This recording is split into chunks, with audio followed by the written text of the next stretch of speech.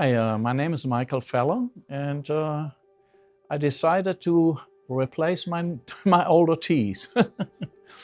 I had some problems. I had implants before, or some implants, and a roundhouse bridge, which was installed wrongly. So after 10 years, that kind of fell apart. In that way, so that I had severe bone loss. So after that, I decided to rip all of them out, replace basically, with something nice, new and shiny. My older ones I could hardly clean because they were so tight, built so tight.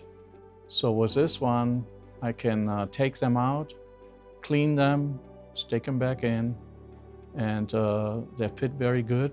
And the staff has helped me a lot with this, and must thank Dr. Schnur on this. Yeah. It was quite a ride. It took a long time, of course, but that was mainly due to the bone loss. I had to have surgery on this to get graft in it, to get new bone, basically.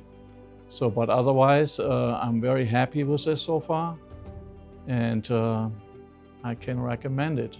Of course, it's a little costly because it's a Cadillac, you know, but otherwise, very nice.